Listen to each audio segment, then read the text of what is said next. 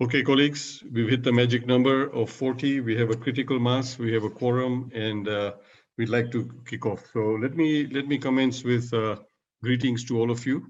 My name is Arif Neki. I am the Senior Advisor for Strategic Partnerships at the United Nations Resident Coordinator's Office in Kenya. We have 27 agencies, funds, and programs in Kenya, one of the larger footprints. And so we coordinate the family as a one UN delivery system in Kenya. And we're delighted to partner with our colleagues, the Africa Venture Philanthropy Alliance, which we have been quite intimately involved with from inception. And we'd like to thank them for hosting us. Special thanks to the organizing team, and thanks to all of you for your interest, for your passion around this subject. And we look forward to your participation through this event. It looks like it's going to be a very exciting dialogue. We've got very interesting speakers, experts in very specialist areas. And so I hope that this will be quite a useful event for you. Before we move forward, I'd like to just let you receive some introductory remarks from Dr. Frank Aswani, who is the CEO of the Africa Venture Philanthropy Alliance. We're delighted to have him. I've personally been involved on the steering group of the Alliance in East Africa. And I must say, Frank Aswani and Nancy and Joyce and the team have done a splendid job in putting Africa on the map with sister agencies in Asia and Europe. So over to you, Frank. Please give us your opening comments. Thank you. Thank you, Arif, and thank you everyone for making time to join us. It's a real pleasure to have all of you as we come to look at how we can innovatively mobilize capital for adolescent reproductive and sexual health in Kenya. This comes at a critical time when we are all looking at the rate of progress towards SDGs, recognizing that capital availability in the social sector is not adequate to address our needs and meet our needs. So we've got to be creative with how we do this. And AVPA's mission is about increasing the flow of capital into social investments by supporting investors' ability, capacity, connectivity, and networks to enable them to not only come together, but seek different ways of raising capital. We are part of an international sister network of organizations, as you can see on the bottom right. We have networks in Asia, Latin America, and Europe who are part of our international network. We play in the whole continuum of capital. So on our platform, being an investor-only platform, we have people deploying grants, debt, and equity. And you all appreciate the fact that we've got to tap into the private sector to be able to plug our social financing goals. So on our platform, you'll find anything from foundations, corporates, aid agencies to governments, providing different types of capital towards impact. Next slide. And to that end, we are super proud to be partnering with the partners on the call today. Our footprint is Pan-African, headquarters in Nairobi. I sit in Johannesburg, and we've got an office in Lagos, Nigeria. So this enables us to have a Pan-African feel, look, and presence. Next slide. And our overall objective is to try and see how we can support the various players to support and help close the gap around social investment financing in Africa. In terms of our strategic goals, this is part of what we do. We really want people to understand the scale of the problem we're trying to solve, and looking collectively to see how we can address the issue. For those of you who know, Africa needs between $500 billion and $1.2 trillion annually between now and 2030 to meet our SDGs. And for that to happen, it's very important for our investors to have the right education around innovative finance, so we can mobilize more capital in the private sector as well. So this topic today is exceptionally relevant and pertinent to that second point. But we also recognize that, can someone mute their mic, please? We also recognize that for that to happen, we've got to have grant makers availing catalytic capital to unlock private capital. And as part of the gratitude to all of you being here, it pertains to point number 4, where we're connecting social actors across the borders and social investors. And we hope that you will, if this is your first time you're meeting us as AVPA, that you will stay in contact with us. We'll work with you to support you across the continent, but you'll also contribute to the initiatives and body of knowledge we're trying to build. Others, thank you very much, and wishing you all a happy webinar. Thank you, Arif. Thank you very much, Frank. Very inspiring comments. Great work you're doing at AVPA. And I think this is exactly the kind of impact infrastructure we need on the continent. So you're doing a great job, and delighted to be partnering with you. I'd like to request colleagues to please mute your mics if you can. We can now immediately move over to a little poll we'd like to do as we kick off this webinar. So I'll pass it over to the tech team to jump into the first poll. Thank you.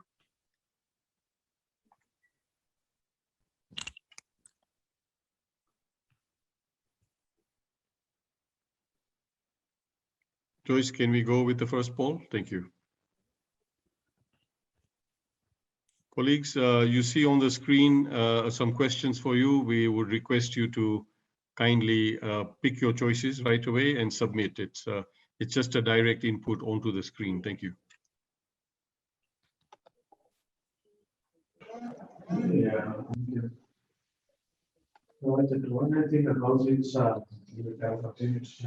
Okay, Innocent, can I ask you to please mute your mic? Thank you.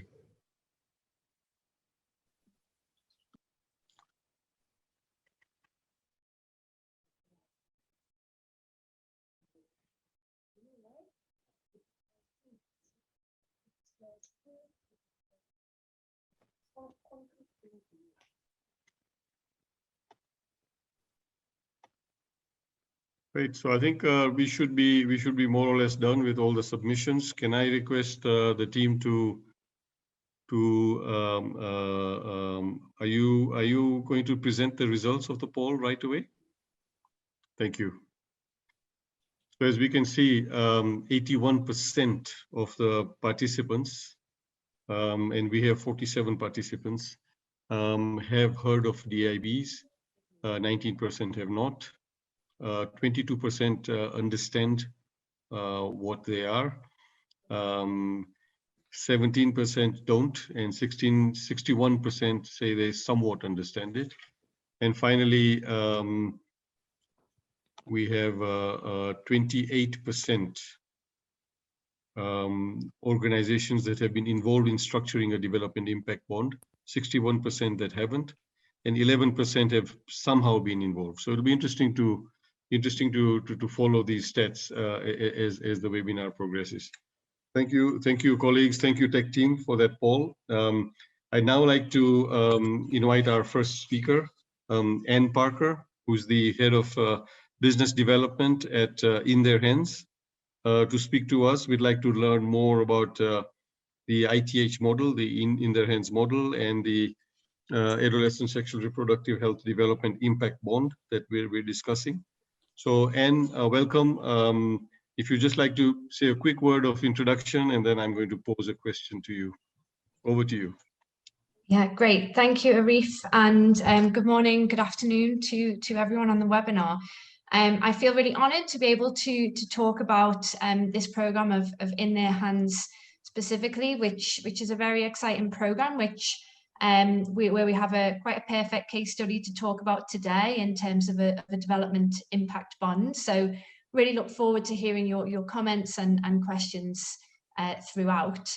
Next slide, please. I wanted to start by highlighting this issue of adolescent and sexual reproductive health, and highlighting that we are living during a time when we have the largest young population in history, and this population are better educated, more urbanized, better connected than ever before. 75% of Kenya's population are under the age of 35, which can be a huge opportunity for countries if young people's health, education, and employment needs are addressed. But when it isn't addressed, we see that this largely unemployed population can become a major burden on the country's health systems and resources. So sexual and reproductive health is especially critical for girls and women, who, when they're giving access to these services, they can choose if and when to have children. They can finish school and achieve the financial independence they need to thrive. But without this access, we see young people have an increased risk of HIV transmission. Girls risk dropping out of school due to pregnancy, which robs them of a lifetime of opportunity, as well as poses risks to theirs and their children's health in a context where maternal and unsafe abortion-related deaths are one of the main killers of adolescents in Africa. And we're focusing in their hands, in this case study today, on Kenya particularly, given its enabling context in terms of progressive government policies, in terms of ASRH, in terms of its enabling infrastructure for private health care, and because of the many community-based organisations which support with outreach to some of the poorest and most marginalised. And now that Kenya is recognised as middle income, we see that aid is receding and there is an urgent need for other sources of income to fill the gap. Next slide, please. In terms of adolescent sexual and reproductive health specifically, there have been few successful interventions to really reach this group at any sort of scale. So there have been a number of pilots which have shown some impact, but it's rare that they get to any decent scale, and they often remain very expensive. And the reason for this is that adolescents are not a homogenous group. They're extremely diverse and hard to reach, with no one platform or intervention which can reach them all. You know, they're in school, they're out of school, they're digitally connected, or they're lacking a basic phone. They might be married with children or may not even yet be sexually active. So they're a really difficult group to pin down with these types of interventions. We find that these interventions are also designed often in a top-down approach, where health systems are failing to reach girls who are facing judgmental providers and services that aren't really tailored around their needs. So In Their Hands was designed to really start putting girls at the centre of that design process, wherein girls choose where and how they access services based on their needs. So for those that have worked in technology interventions or industries, you know, we see that good products are only really made possible if the user experience is at the core of the model. And we see no reason for the health sector to be any different. So the way that In Their Hands works is that we enroll girls onto our technology platform, which is powered by our partner Triggerize, who you'll hear from later. And girls can choose from an ecosystem of providers. It might be a clinic, a pharmacy, or an online provider. And we operate in some of the poorest areas of urban Kenya. So girls can access this platform with a phone or without a phone to ensure that no girls are left behind. And girls are rewarded for healthy behaviours through something which we call TICO points, which are sort of like a mobile currency that girls can spend at local shops. Girls can then rate their services so that other girls can see which providers are highly rated by girls. And so providers can really start to compete and alter their services to better serve their young clients. So it's kind of like a TripAdvisor for health. And this technology platform that we have allows us to observe the behaviours of our users, to listen to their feedback, and to manage interventions accordingly for optimised performance. And after 3 years of implementation, we've seen some really impressive results. So currently there are 600,000 girls enrolled on the platform in Kenya, 400,000 of whom have taken up an SRH service. And the team and our founding funder, SIF, who also you'll hear from later, wanted to move the program to larger scale implementation. And as such, really needed to diverse the funding streams. But whilst doing that, we wanted to keep the pressure on continuing to optimize performance and continuing to achieve cost efficiencies. And as such, we started exploring results-based financing mechanisms. And this is really how this development impact bond was developed, of impact bond funding now, with the UK government as our outcome funder now, because the speakers that are joining later.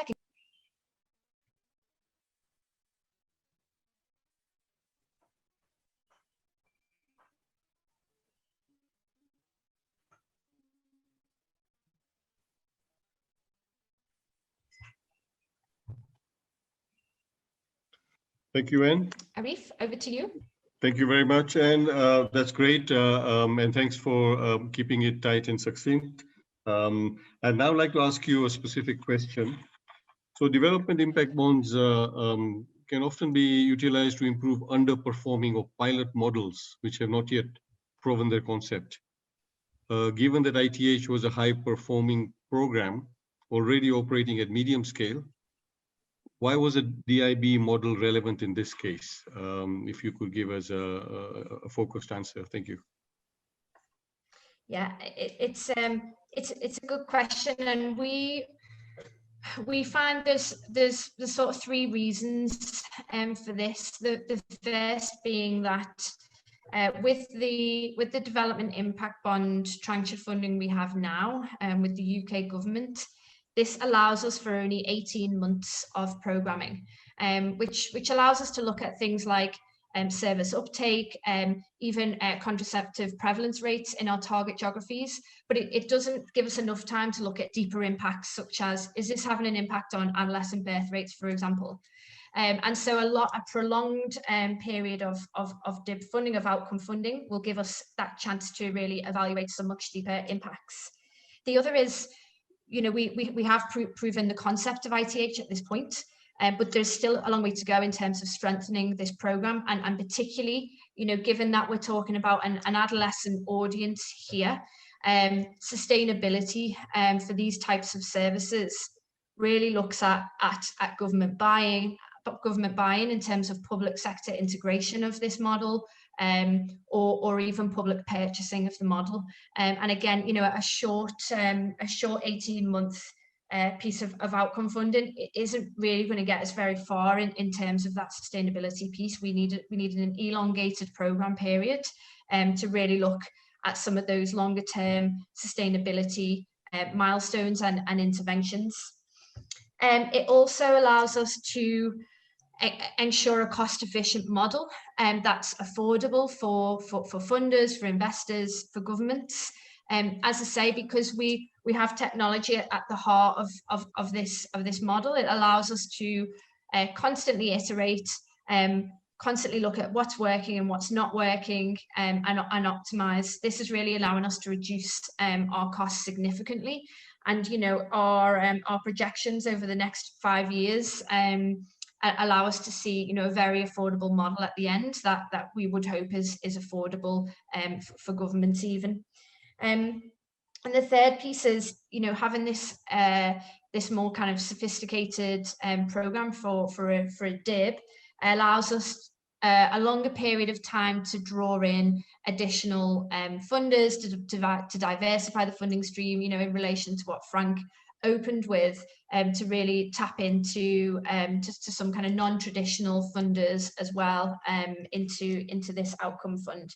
And, you know, it's also given us a chance to work with thought partners, with technical experts.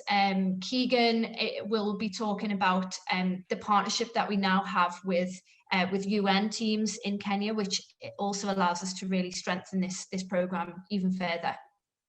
Great, thank you very much, Anne. A great presentation. Thanks for your response.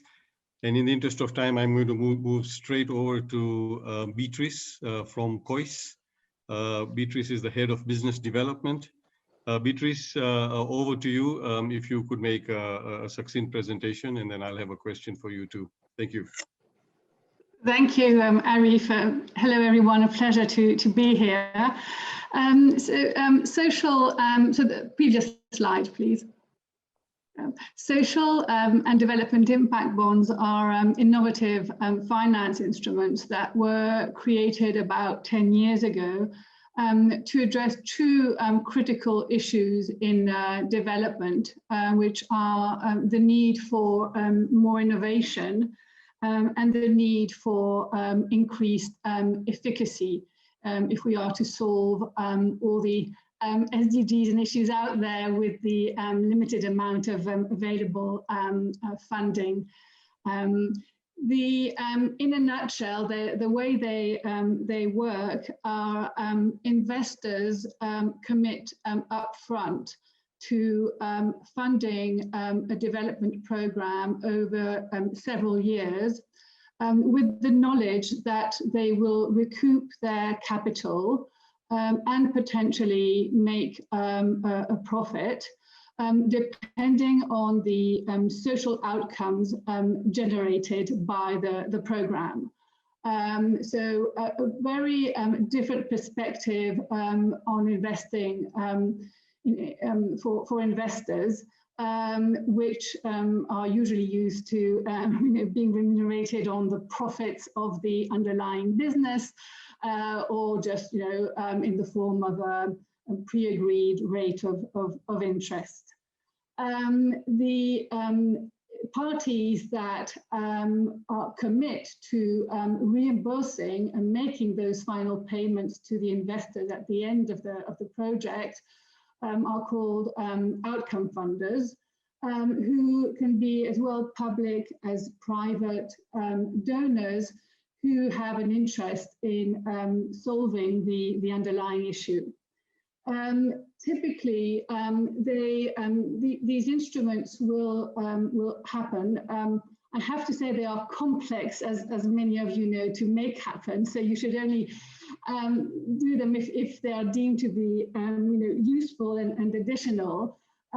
Typically, they will take place when there's a level of execution risk in the underlying program that's deemed too high for traditional donors to fund.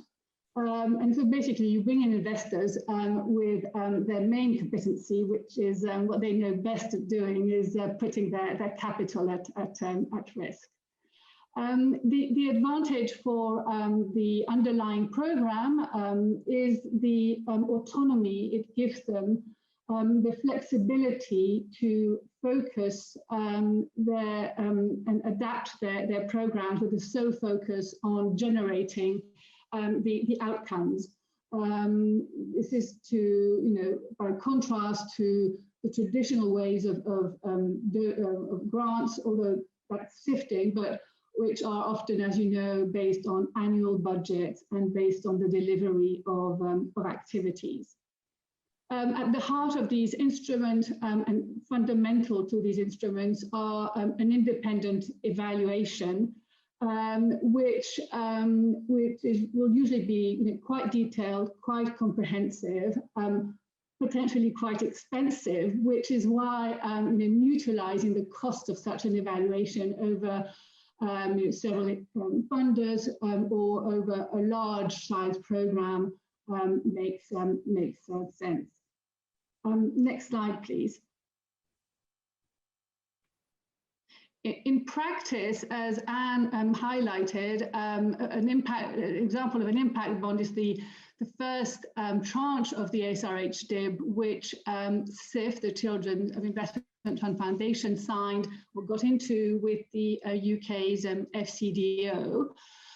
There are various ways of, there's no one way of structuring a development impact bond.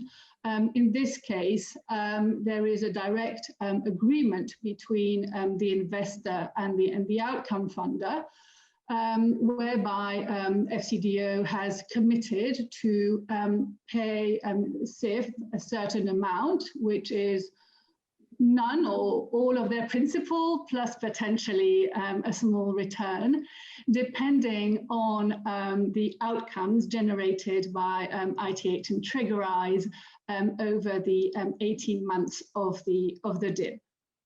The outcome metrics that have been chosen to evaluate this first step have been, of course, chosen in agreement with the ultimate payer, i.e. the FCDO, and with the service provider, who have to feel comfortable enough that they will be able to meet them. Although what we make sure also is that the targets are challenging enough, there has to be some form of incentivization. So that the two metrics chosen here were the, as Anne was saying, the uptake of services, and related to that, the cost effectiveness of the program, and contraceptive prevalence rate. It can be also interesting in an impact bond. Oh, no, that's for Keegan. Those are the slides for Keegan. You can stay on there. I only have 2 slides. Go back to the previous slide. It can also be interesting in an impact bond to leverage the fact that the evaluator will be doing all the data collection and evaluation work to include some learning metrics, which can then benefit not only the parties around the DIB, but also the outside world, can benefit the sector in terms of learnings that might be brought into other programs or policies. Great, thank you very much, Beatrice. That was great. I'd like to just pose a question for you and see if you're able to respond in 2 and not 3 minutes, if that's possible. Okay. We're trying to catch up on time. So unwanted pregnancies and complications from unsafe abortions and childbirth are very high in adolescence.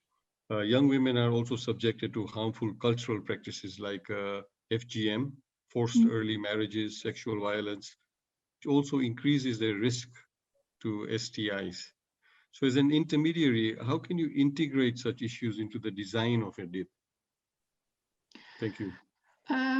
In all honesty, it's very complicated. The main we talk about deep outcomes, and the reason why it's often so complicated to integrate them in a DIB is because they are difficult to objectivize and thus to tie payments to. Also the other difficulty lies in the lack of benchmark. However, they are, you're right that they are like essential, right? The whole point of a program like this one is to address those issues. So the way we like to address them is lobbying to get a high enough evaluation budget so that within the safe harbor of the the context created by the evaluator, all those questions may be asked and assessed from the program beneficiaries, and then be used as learnings.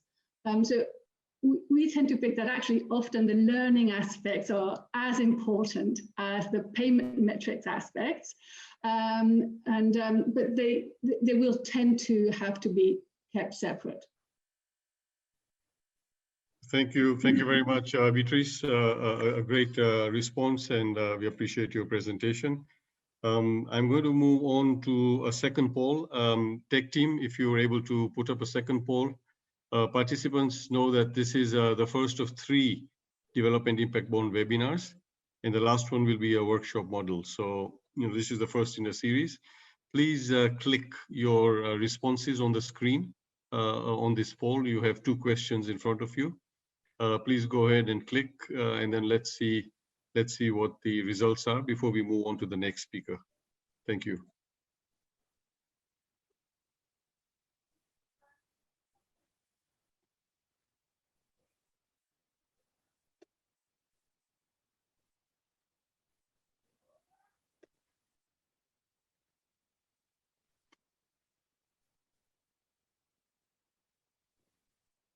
Great. Tech team, if you're able to present the results, that would be great. Thank you.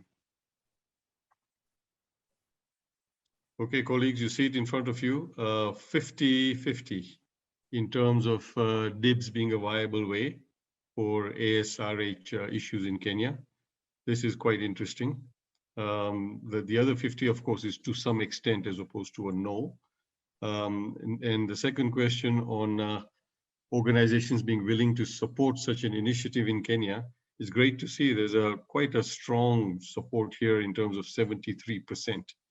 So I'd request you to drop an email to Joyce on the address on your screen, and she can be in touch to see how you can get involved.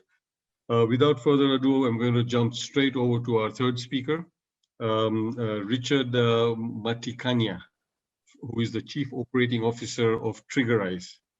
Richard, welcome, and we'd really like to learn from your experience sort of pre-learnings you've had from the in their hands, the ITH DIB, particularly with respect to contexts such as Kenya. So over to you, Richard. Thank you. Thanks a lot, Arif. I just wanted to, before I start, just to quickly introduce who we are as an organization. And essentially, Triggerize is a Dutch nonprofit that harnesses the power of technology and behavioral insights to motivate girls and women to adapt healthy behaviors, basically by connecting them to locally available products and services, not only through our technology, but our technology powers what we call a motivation platform. And for us, a motivation platform enables us firstly to activate or aggregate demand, which is essentially to connect, in this particular case, adolescent girls and young women to the services that they want. Secondly, it allows us to aggregate supply, which is to enroll all of the service providers that actually provide services that girls and young women want. So Anne had mentioned earlier that we can enroll online service providers such as MyDawa, for instance, in Kenya, and then we are able to enroll our local service providers. It also allows us to motivate users through the application of behavioral nudges. So for instance, for those girls that have a phone, we can quickly pick that up, call them and say, look, you have not yet come in for this particular service.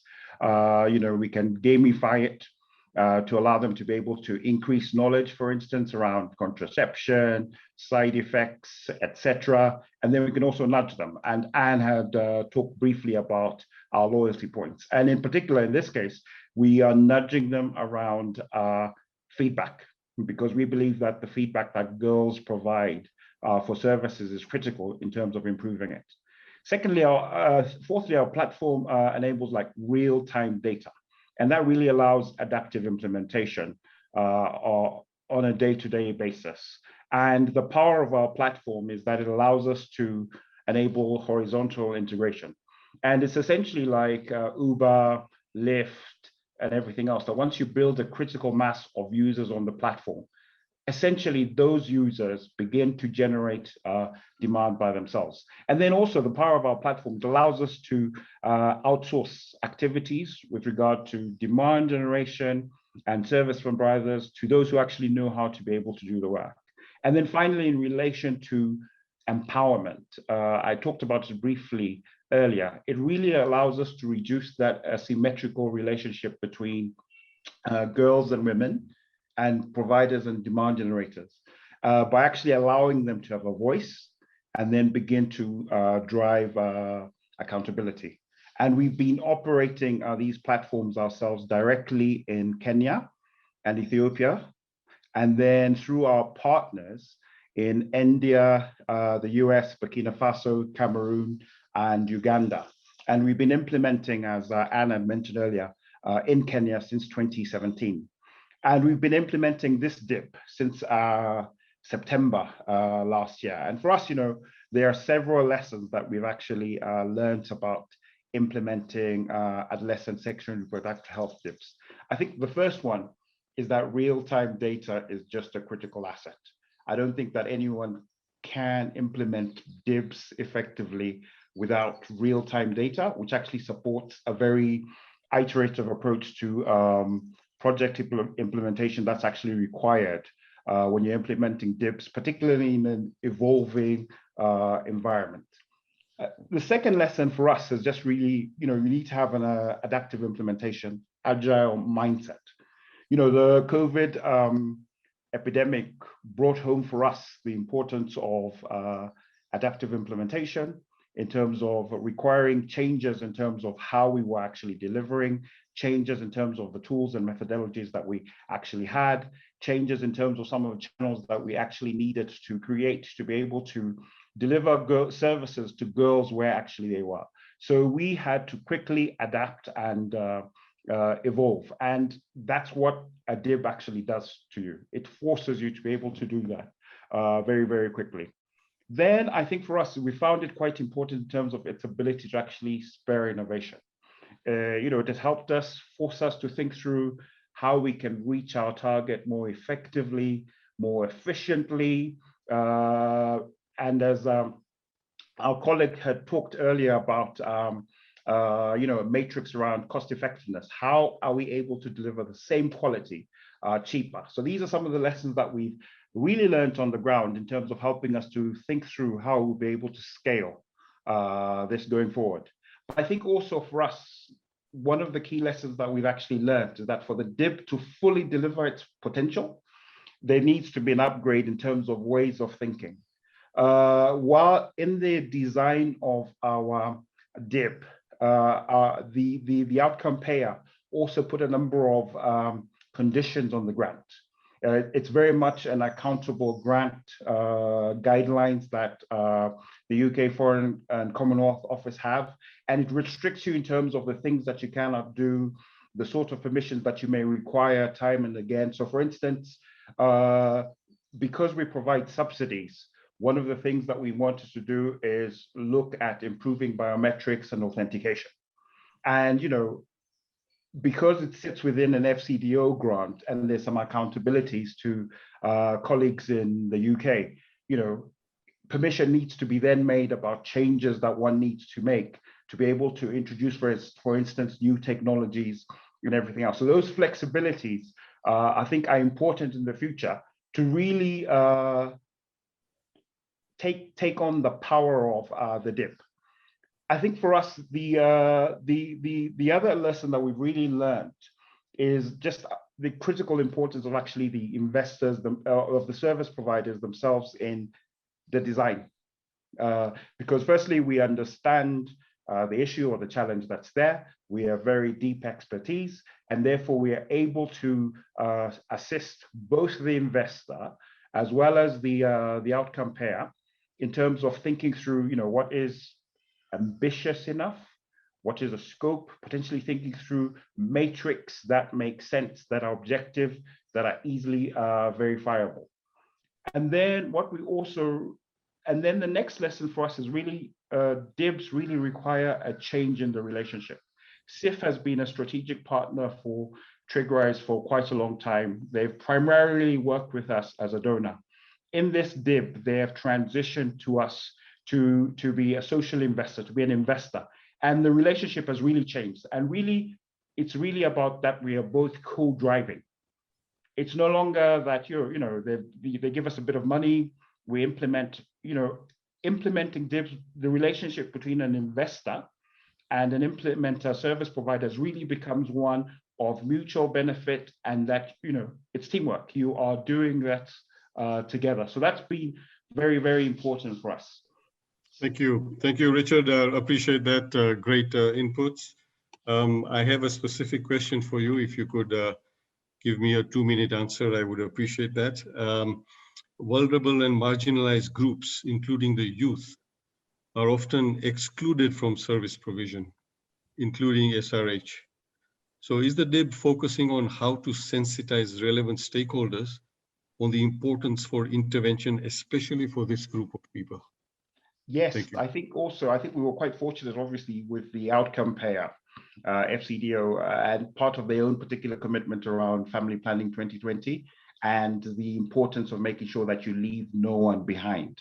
And leaving no one behind essentially means that you ensure that all of the adolescents that are vulnerable, whether it's an adolescent with a disability, whether it's an adolescent or a girl that's been exposed to sexual abuse, whether it's poor, socially excluded, marginalized girls, that's something that has been critical to the design of this particular interventions in terms of the geographies that are selected, the type of sub-implementing partners that you work with, being very much CBOs that actually target and work with these communities. So that's been important. And then also the government itself, fortunately here in Kenya, is very much interested and passionate by ensuring that no one else has been left behind. So it's been a lot easier in terms of that conversation in Kenya, in terms of making sure that every adolescent is brought on board towards that journey of making sure that they have universal access to sexual and reproductive health products.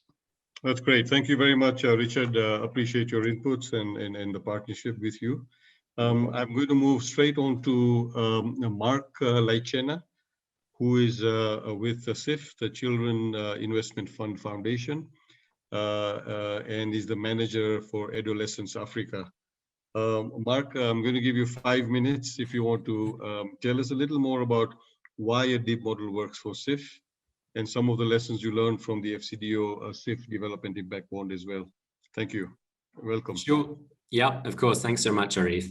So just to introduce CIF very briefly. So CIF is a foundation that's focused on improving children's lives, and really with a focus on transformation. We want to be solving problems, not just making grants. We're headquartered from London, but with a strong Africa presence, about 25 colleagues in East Africa, most in Nairobi and some in Addis. And adolescence and adolescent reproductive health is a key pillar for us. We're seeking solutions to ensure all adolescents have access to safe sexual and reproductive health services, and really thinking about that very broadly. So our work includes human-centered design, focused innovation to think about how best to provide services, innovative ideas on financing like this type of DIB, even market guarantees to private sector pharmaceutical manufacturers to bring new products to market and so on. And as mentioned, In Their Hands has been a real flagship program that we've been really proud to support along its journey. I think for us, when we think about DIBs, I mean, we're a funder, we really care about results, and we already, in all our investments, are allocating evaluation funding as part of projects.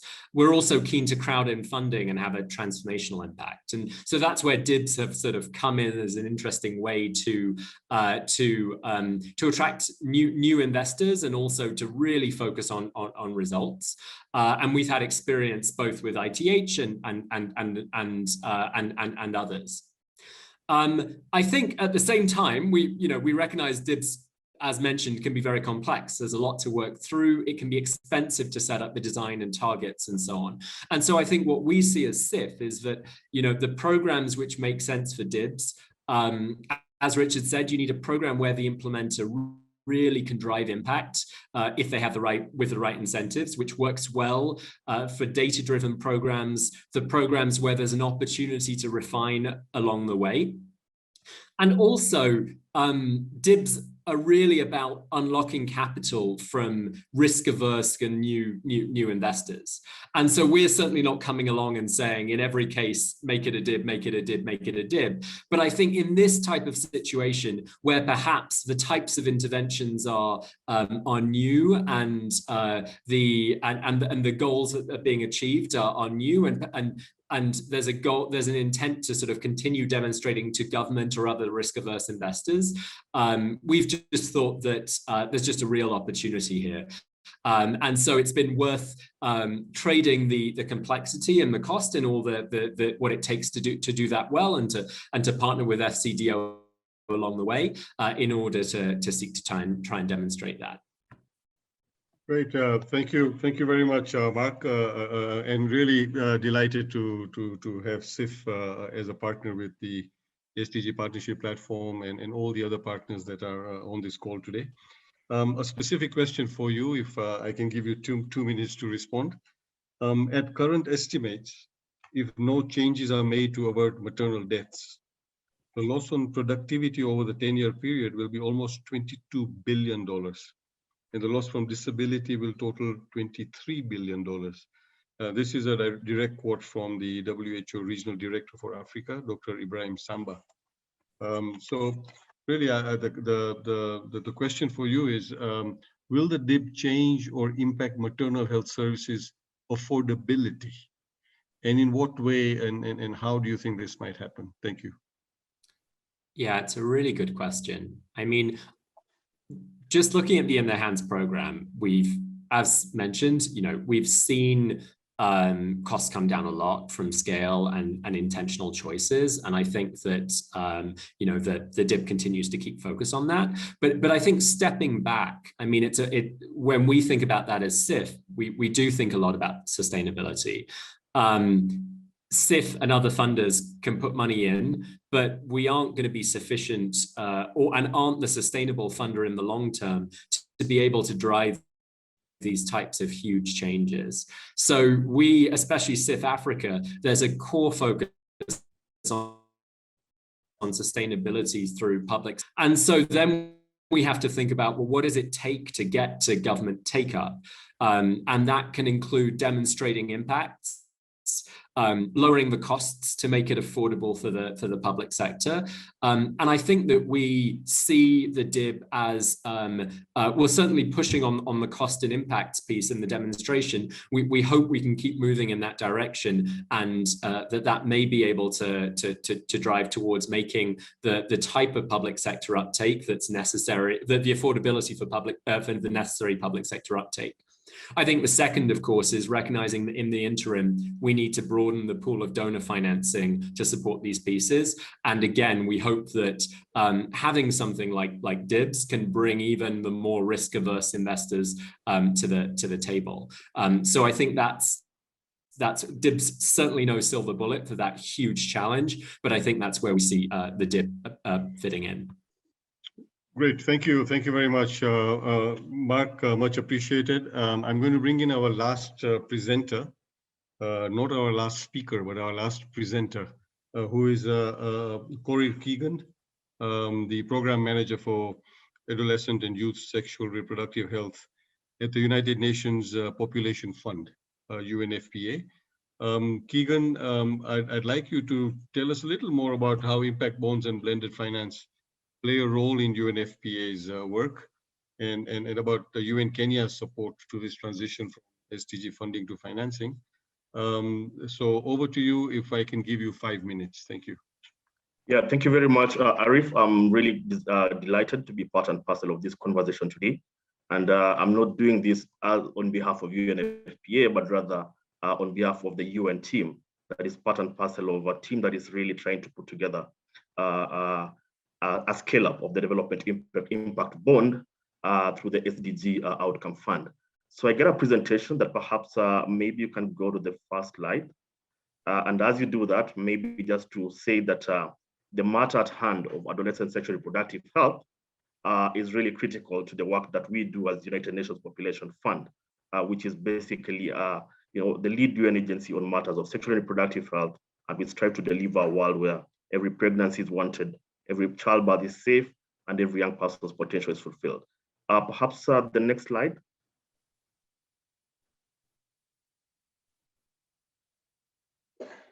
Thank you very much. So I'm going to speak about the role of the UN, particularly on this particular adolescent sexual reproductive health bond. Next slide. Thank you. I think most of the speakers who have just spoken before me have alluded to the fact that there's been in place an adolescent sexual reproductive health development impact bond, which has been funded by the FCDO, with the CIF coming in as an anchor investor.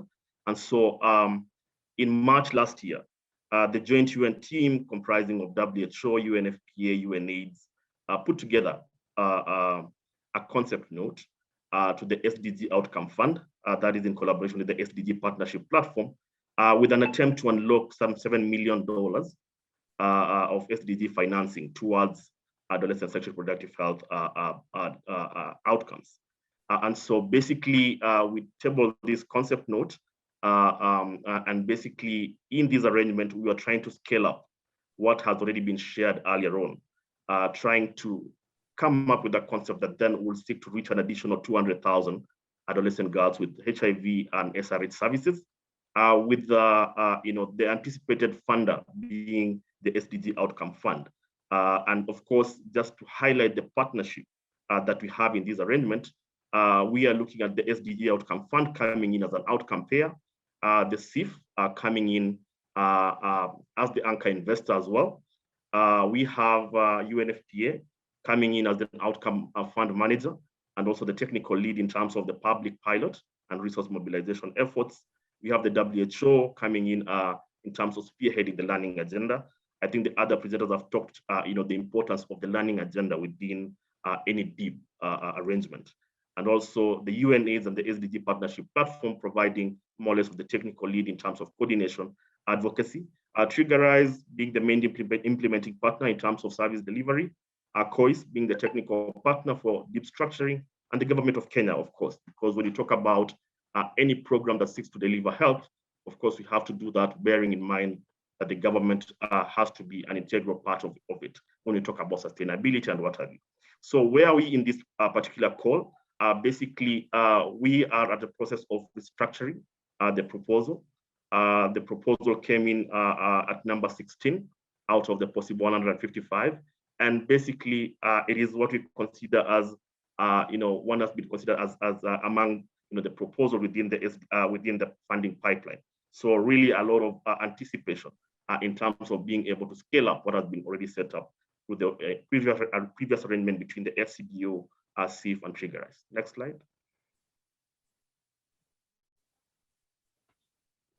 Thank you. So in terms of what are the learnings, basically, from the experiences that we have in terms of trying to scale up this second development impact bond. I think, ladies and gentlemen, we appreciate that Kenya is a lower middle income country. And as it were, we also have a situation where the traditional funding partners and funding mechanisms tend to be plateauing. And so this also calls upon partners to be able to really look at other innovative financing mechanisms. For example, today we are talking about the development impact bond. We have the results-based financing, blended financing, and also platforms like the guarantees. So really challenging that orthodoxy in terms of the grants to moving towards more or less of innovative financing mechanisms. So within the UN, then we are looking at, for example, the changing roles in the UN, for example, from the normal role of being technical partners to be people who are managing, for example, the outcome funds. That is the kind of scenario that we are facing right now. Again, we are looking at the necessity for interventions that we are trying to restructure out to put together within the DIB, being catalytic, not only in terms of unlocking other financing options or other funds, but also in terms of really securing the public buy-in, the whole question around sustainability. And then of importance is as well is the need to really be able to package what is the value add of the proposal, what is the value add of the intervention to potential investors, be it the social investors, be it the private sector players, be it the outcome funders. Next slide. So in terms of really what is needed going forward, from where we stand is that there's really a need to increase focus on programs that deliver results and at a minimum cost. It's all about efficiency. It is all about ensuring that the cash flows are quite optimal, and also the cost of delivering those particular interventions really being at a minimal level. The second bit, of course, is looking at the need to explore collaboration between the public and private sector.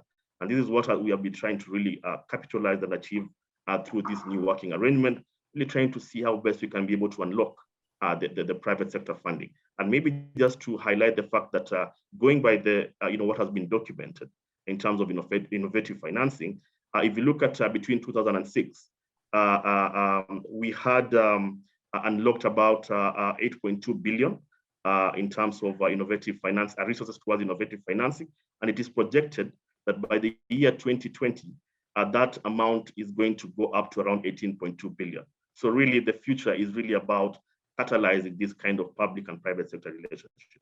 And last but not least, the need to have a paradigm shift in terms of project financing, project funding to project financing. And I think this is what has really been echoed and the spirit of the SDG agenda in terms of really trying to see how best can we be able to blend the financing from the public as well as that what we are trying to combine and really trying to unlock from the private sector, including other development partners. So I'll stop there, Arif, and over to you. Thank you very much, Keegan. Great presentation and interesting points that you've raised. I have a specific question for you. As of 2019, globally 173 impact bonds have been contracted, with most of these being in high-income countries. So 173 impact bonds, mostly in high-income countries. In developing countries, however, there's currently only 17 or so impact bonds contracted. This is quite a contrast. Are there strategies to increase the use of development bonds in funding SRH initiatives in Kenya and Africa as a whole that you might comment on? And could you share some of these strategies in brief? We'd appreciate your perspective. Thank you. Fantastic, Arif. Maybe just to go back to the initial start of this particular session. I think whereas this concept has been in place for, let's say, 10 years, I think it's still novel in a number of regions. And also, I think that was really corroborated by what from the poll results that came out, that it's really not a concept that has been internalized across board. And perhaps through such kind of conversations, we are really able to look at how do we challenge the usual, how do we go beyond the usual grant arrangement that I think most of the people are used to looking at, exploring other innovative options, the bonds, the guarantees, and what have you. So really, I think one of the ways that we are looking at this, for example, I just want to give the example of what we are currently doing, trying to unlock the resources, from the SDG Outcome Fund, and I believe that is just one of the ways of trying to look at it and trying to reach out to many other, either you want to call the philanthropies, the private sector, to see how best they can be able to contribute to social outcomes. I think the second thing then that we are looking, I just want to give an example of what, for example, you've been able to do at the SDG Partnership Platform, trying to galvanize and bring together the different stakeholders together to work towards particular social outcomes. And I think really that's one of the things that is a key highlight, of what is happening within the UN. Maybe just to give another example of what perhaps at UNFPA we've been able to do through our regional office in South Africa. We've been able to do context analysis, looking at what are some of the innovative financing options for development, trying to look at what is possible to be applied where, what has worked where. And so I think through such kind of platforms, then we are able to really interrogate and look at what models we can be able to borrow to take this forward. I think that the future is bright. We need to continue having such kind of discourses to look at what can work, and also to help other people to just try to challenge the orthodoxy, around financing. Over to you, and thank you. Thank you very much, Keegan. A great response, and delighted to see UNFPA's leadership on this development impact bond initiative within the UN family, as we support you through the SDG Partnership Platform. Before we move on to our last section, which is the question and answer session, we are delighted to announce that we have a special guest for high-level remarks. This is Dr. Stephen Jackson, who is our new incoming UN resident coordinator for Kenya. So without further ado, I'd like to warmly welcome Dr. Stephen Jackson to give us some brief remarks from your perspective. Thank you very much. Thank you so much, Arif. Can I confirm, first of all, that you can both see and hear me? Yes, we can. Loud and clear. Thank you. Yes, we can. Well, thank you so much, friends. Let me start with an apology. As you can probably see, rather than joining you from any kind of stable platform, I'm joining you from the car, from the Nairobi traffic. So in order not to give everybody seasickness, I think having said a warm hello, I might switch off my video and continue on sound only. But I did want to just say hello and show that I'm physically present, if only virtually, with you. I have in fact been cyber stalking you for about the last half hour. I was able to sit in the virtual back row and listen in on this really important and interesting exchange, and to catch some great presentations. I won't delay you over long. I wanted just to contribute 3 points really, which I think will mesh with a lot of what has already been said. The first is to talk about both the extraordinary opportunity, but also the challenge of Africa, and particularly Kenya's young population. The second is the means by which we have together to reinvent the way that we finance and we think about the finance of development engagement. And then the third is very specifically to talk about this extraordinarily exciting opportunity we have with this development impact bond. So just to begin then with the challenge and the opportunity of Kenyan youth, I mean, you know the numbers. Kenya has an extraordinarily large and youthful population, over 75% of that population being below the age of 35, and 24%, 1/4 of them adolescents between the ages of 10 and 19. With the right investments, that is rocket fuel for the development process. That's an opportunity to reap the demographic dividend. But if we don't get the investments right, if we don't create the opportunities, of course, then it is that much talked about demographic time bomb.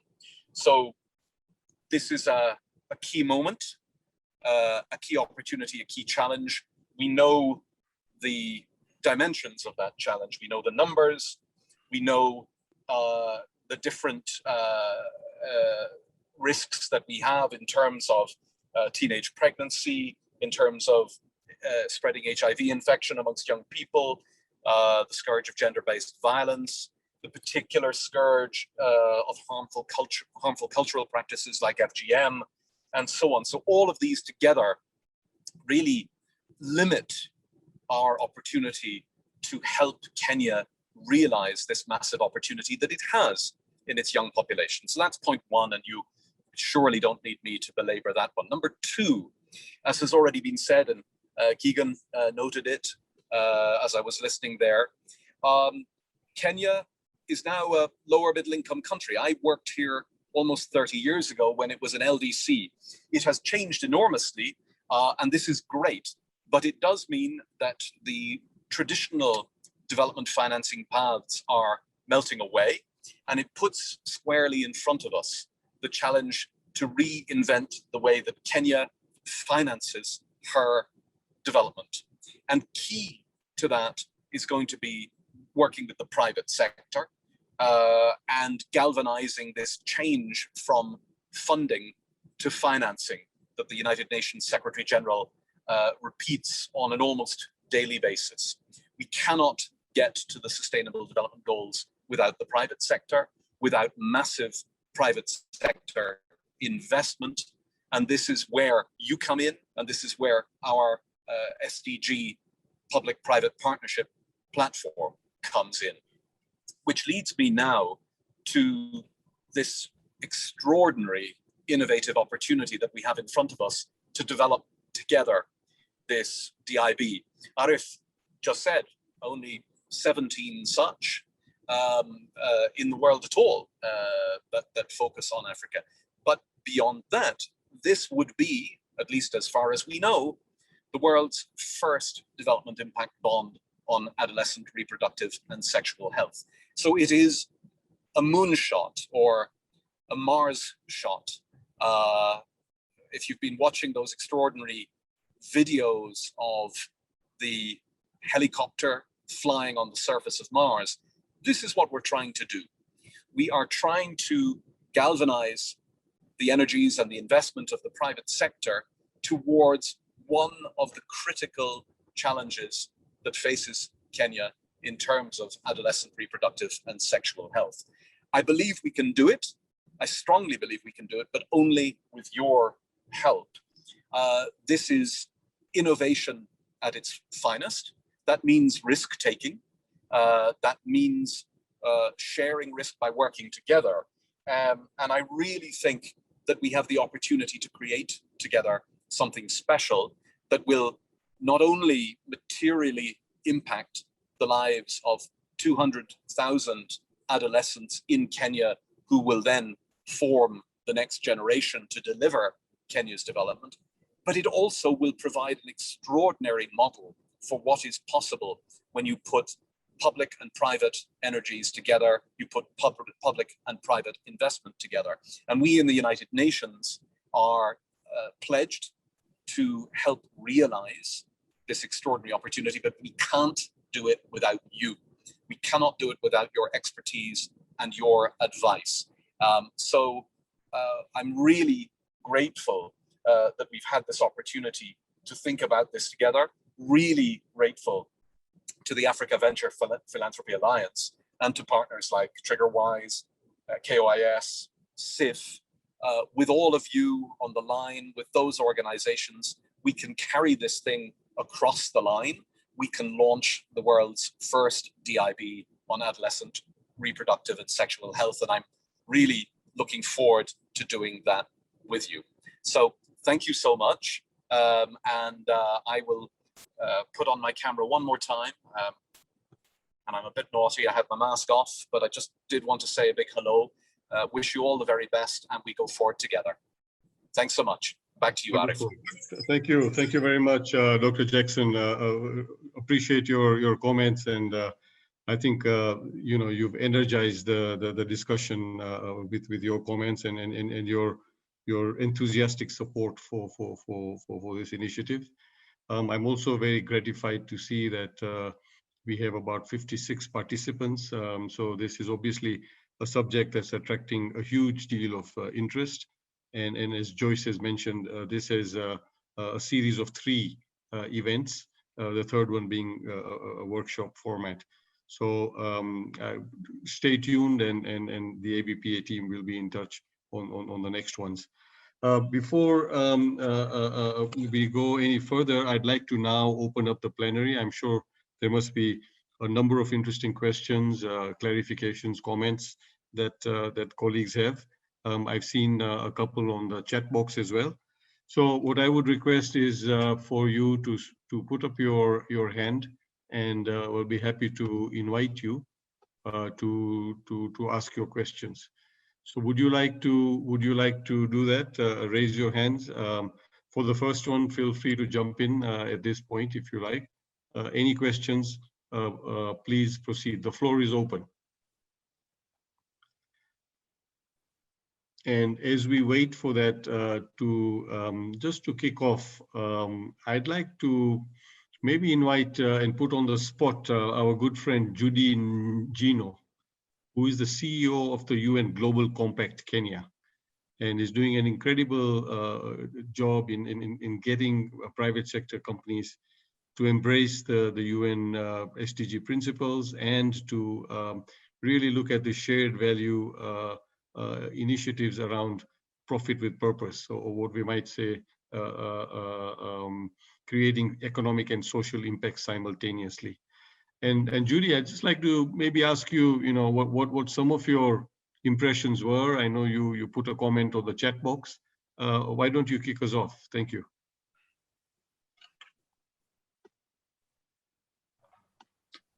Yeah, Arif, thank you so much, and to the entire team that put this session together. I think it was very useful in shedding light on an area that I think needs a lot more awareness to get the different sectors involved. As a Global Compact Network Kenya, I have to say this is an area that we have taken keen interest in, specifically under the SDG 5 on gender equality and SDG 3 on good health and well-being, and just really trying to raise awareness of private sector in terms of the opportunities that exist around ensuring that we develop and that we grow our businesses, of course, taking these issues into account. So we are very excited that you bring forward a new approach of ensuring that private sector can be a strong actor in ensuring that they can invest, and I mean there is a strong business case for taking action in this particular area. So I think for us as a Global Compact, this is an area we would like to explore further with yourselves to see how much more we can include private sector, to basically tap into this particular area as they drive their own internal business actions for this topic. And I think a good place to start, as we have been doing with the Global Compact, is even just raising awareness on why business action is so critical, especially on issues of sexual and reproductive health rights. It's an area that's underinvested in, but also many companies don't know where or how to take action. So we've had a partnership with the Danish Family Planning Association to just do a bit of groundwork to get private sector aware of the opportunities that exist. But I think, like yourselves, we've just barely scratched the surface, and there's a lot more that can be done. So yeah, we look forward to engaging with the UN system and other partners on the ground to see how we can definitely take this work forward. So thank you, Arif. Thank you very much, Judy, and keep up the excellent work you're doing at the UN Global Compact. For those of you who are aspiring Global Compact members, get in touch, and we'll be happy to link you up to Judy, who has an exciting UN Global Compact Kenya chapter running that I think you would find extremely interesting to join. And there's over 100 corporates there. There are large companies, medium companies, SMEs, and the like. So it's really a very interesting forum. The floor is open for any questions, colleagues. I don't see any hands up yet. So while we wait for any questions, I'm going to put another friend on the spot. I see that we have Dr. Aziz Helenov, who is the Deputy Head of UNFPA Kenya, tuning in all the way from Turkmenistan. Aziz, I hope you can hear us, and I wondered if you wanted to make any remarks on what you've heard so far and UNFPA's involvement in this interesting initiative. The floor is open. Thanks a lot, Arif. Dear colleagues, yeah, we are so exciting, as Keegan already mentioned, how we are one UN team want to go from funding to the financing, particularly in such area where we want to support adolescents and young people in Kenya. And already our resident coordinator highlighted where we can get a lot of benefits because of demographic dividend. So I am joining to my colleagues' voice and inviting all our colleagues, please join us and materialize this deep for future of Kenyans, and also be example for others. And then we can look at how other countries, by using Kenya experience, they will do the similar things for their young people. Thanks, Ari, for this opportunity. We are with you. Thank you. Thank you very much, Dr. Aziz, and thanks for your support through UNFPA. I don't see any hands up. I'm going to put on the spot a very experienced leader in the health sector in Kenya, who's been active in a number of forums, including the Kenya Healthcare Federation, which is the arm of KEPSA that supports over 300 private sector companies, but is now also the lead for Africa for the Aga Khan Foundation. Elizabeth Wala, our own Kenyan lead for Africa. Elizabeth, would you like to give us your perspectives on what you've heard so far? Yeah, thank you very much, Arif, and good afternoon, everyone. So I think it's very interesting looking at the social impact bonds. As the Aga Khan Foundation, we are already working with ITH and Triggerize on the same concept that they've done in Kenya, but this time now with private sector funding, so both from CIF and from Aga Khan Foundation. So I think for us to go to scale up many of these very wonderful interventions in the sector, it is really important that we have a lot more investors coming in to support. It's also a radical shift for the health sector, because it's a sector that's been to consume more than to give. So I think we need to continue driving that youth agenda in terms of what we are reaping off when we invest in them.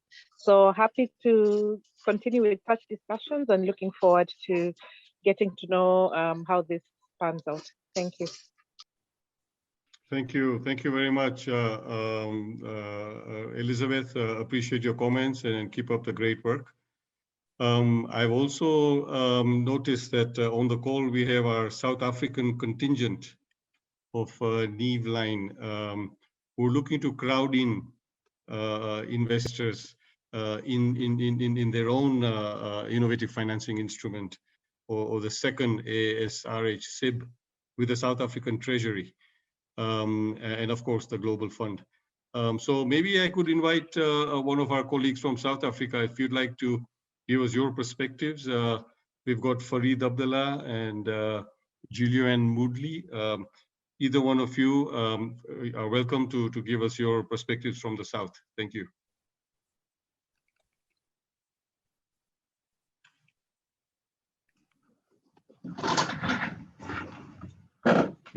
Thank you, Arif. You're really putting us on the spot here, because we are still in the early stages of putting a social impact bond together. So just very happy to be making the connections with Richard and the others here, so that we can learn from your rich experience. A quick word about the social impact bond that we're putting together. It's exactly in the same field with adolescent girls and young women, school going, with outcomes focusing on HIV prevention and treatment, and pregnancy prevention and care. And we're in a slightly advantageous position in that the outcomes funder is government, and we're looking to local investors from the big corporates in South Africa. So lots to learn and lots to share. So just happy to be part of this process. Thank you for the invitation to join. Thank you. Thank you very much. And we look forward to comparing notes, to working closely with you. We have also, through the SDG Partnership Platform, engaged with the presidency in South Africa through the UN Resident Coordinator, and discussed a $100 million primary healthcare fund for Africa to scale up innovations in primary healthcare with big data technology and innovation, and to make them bankable and sustainable in the long term with private capital. So that's an ongoing discussion also in South Africa. And of course, our colleagues at the National Advisory Board for Impact Finance in South Africa are in close touch with us. I chair the one in Kenya, and our CEO of AVPA, Frank Aswani, has got one leg in both South Africa and Kenyan NEBs. So I think there's great room here for sort of South-South collaboration, if I might call it. I see a hand up from Innocent. Innocent, the floor is yours. Welcome if you'd like to make a comment. Thank you. This is Innocent from Kenya. I like the presentation. Everything you're talking about is so encouraging. Actually, most of our girls really need this information and services for them to be able to change their lives, their futures effectively. But you find that many times, many girls, especially in the rural area, for me, I come from a county which is based in a rural area. So you find that most of these girls are not, have not been trained or empowered to stand up and try and even just access the services, which is their right according to the IPPF. And so I was just asking, which strategies can we use? Because we've really tried empowering them with information, but you find that many times they are still victims of personal stigmatization.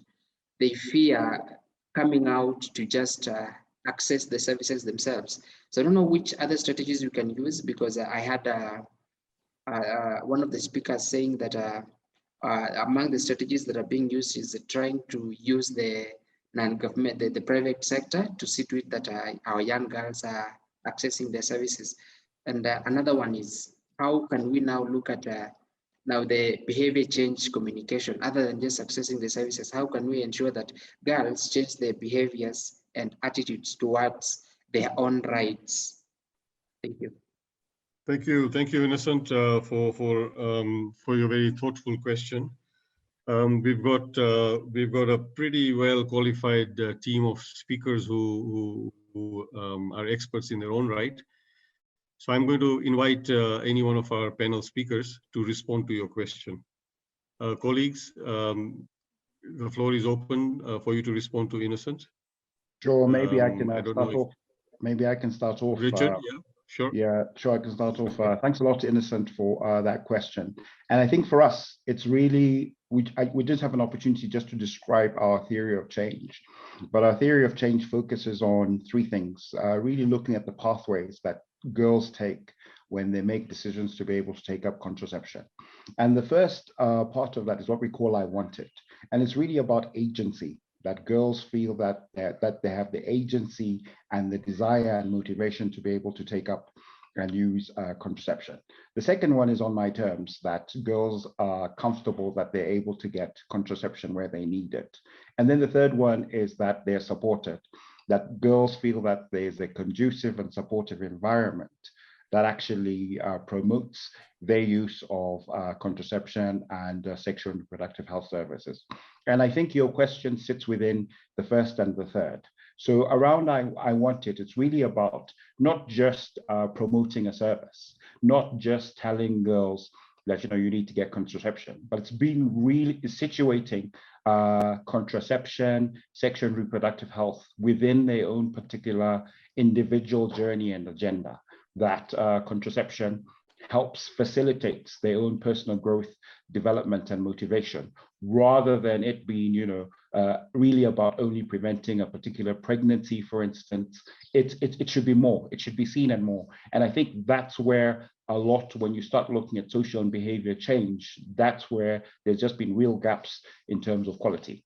And I feel that if we were to take into account and really promote the comprehensive sexuality education guidelines that UNESCO has put in that ensure that young people get age-appropriate information, then I think we'll be on the first step towards that particular journey. The third one I talked about was, young people actually feeling that their community supports them in making that decision and in helping them to realize their sexual and reproductive health rights. So there's also that element of work that needs to be done. So it's not just about the girl herself. There are a lot of girls who potentially want it, but there are these norm barriers within the community that actually don't support her, that make it impossible or difficult for her to be able to take that journey across to a clinic or to order sexual and reproductive health services that she needs. So those are the two critical elements, I think, that need to be addressed systematically in order to achieve the change and desires that you've been mentioning among some of the girls in your community, Innocent. And Beatrice, I think, had already mentioned that I'd love to hear which county you're in and whether or not we are intervening there, and definitely direct them towards the platform that we implement, which is called TICO here in Kenya. Thank you. Yes, thank you very much. I'm in Kakamega County. For sure, we can discuss. In Kakamega County, and there's a trigger project that it's being run. Yeah. Although the uptake of the services is quite low, and it also makes me ask myself this question: since this project is being supported. Sorry, Innocent. We have only a few minutes for closing remarks. So if you can summarize your comment, please. Thank you. Yeah, I said I'm in Kakamega County, and then maybe the last thing I would like to know, how maybe can we, are there any strategies that are being put in place to see to it that even when the project is over, girls will be able to go and still will be empowered to continue going to access the services? Thank you.